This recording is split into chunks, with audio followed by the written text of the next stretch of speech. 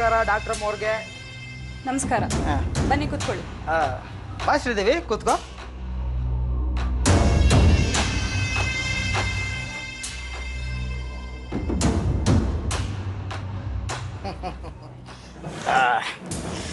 ಹೇಳಿ, ಏನಾಗಬೇಕಾಗಿತ್ತು? ಏನು ಪ್ರಾಬ್ಲಮ್ಮು?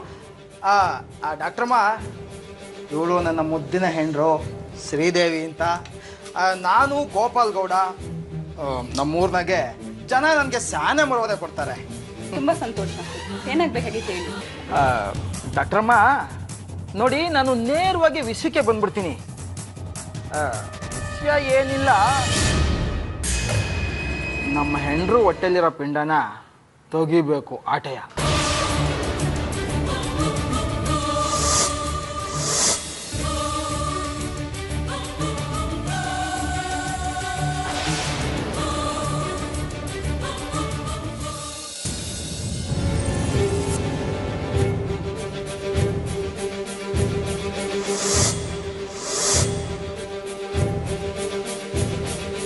ಹೆಂಡತಿ ಹೊಟ್ಟೆಲಿರೋ ಮಗು ತಗಿಸ್ಬೇಕು ಅಂತ ಕೆಟ್ಟ ಯೋಚನೆ ಮಾಡ್ತಾ ಇರೋ ನಿನಗೆ ಜನ ಬುದ್ಧಿ ಇಲ್ಲದೆ ನಿನಗೆ ಮರ್ಯಾದೆ ಕೊಡ್ತಾ ಇದ್ದಾರೆ ಅನ್ಸುತ್ತೆ. ಒಂದು ಭ್ರೂಣನ ತಗ್ಸೋದಾಗ್ಲಿ, ಒಬ್ಬ ವ್ಯಕ್ತಿನ ಕೊಲೆ ಮಾಡೋದಾಗ್ಲಿ ಎರಡೂ ಒಂದೇನೆ.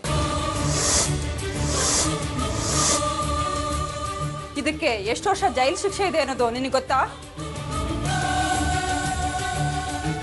ನೀನು ಒಂದೇ ಒಂದು ನಿಮಿಷ ಇಲ್ಲಿದ್ರು ಪೊಲೀಸಿಗೆ ಕಂಪ್ಲೇಂಟ್ ಕೊಟ್ಟು ಒಳಗಡೆ ಹಾಕಿಸ್ತೀನಿ. Get out.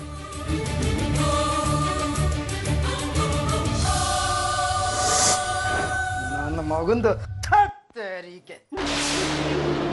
ಒಂದೀಟಾರು ಒಳ್ಳೆಯವನಾಗಿರೋಣ ಅಂತ ಪ್ರಯತ್ನ ಪಡ್ತಾ ಇವ್ನಿ. ನೀವು ಅದಕ್ಕೂ ಕಲ್ಲಾಗ್ತಿರಲ್ಲ ಡಾಕ್ಟ್ರಮ್ಮ.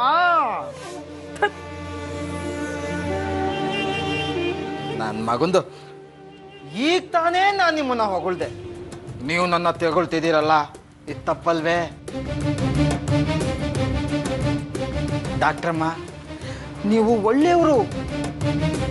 ನಯ ವಿನಯದಿಂದ ಮಾತಾಡಬೇಕು. ನಮ್ಮಂತ ಕೇಳಿ ನನ್ನ ಮಕ್ಳಂಗೆ ಅಂತ ಹೇಳ್ದನ್ನೆಲ್ಲ ಮಾತಾಡಬಾರ್ದು ಡಾಕ್ಟ್ರಮ್ಮ.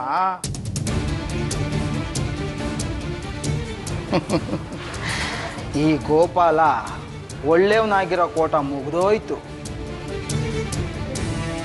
ಇನ್ನೇನಿದ್ರು ಈ ಗೋಪಾಲ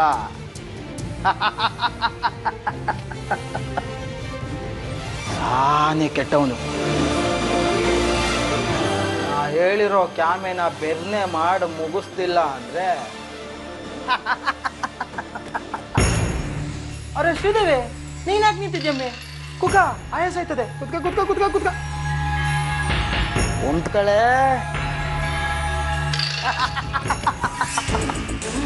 ಮುದ್ದು ಬಂಗಾರ. ಡಾಕ್ಟ್ರಮ್ಮ, ಮಂಡ್ಯ ಕಾನ್ವೆಂಟ್ನಾಗೆ 4ನೇ ಕ್ಲಾಸ್ ಓದ್ತಿರೋ ನಿಮ್ಮ ಮುದ್ದಿನ ಮಗ ಸಾಯಂಕಾಲ ಅಟ್ಟಿಗೆ ಬರಾಕಿಲ್ಲ, ಅವನು ಸತ್ತೋದ ಅನ್ನೋ ಸುದ್ದಿ ಬರ್ತದೆ.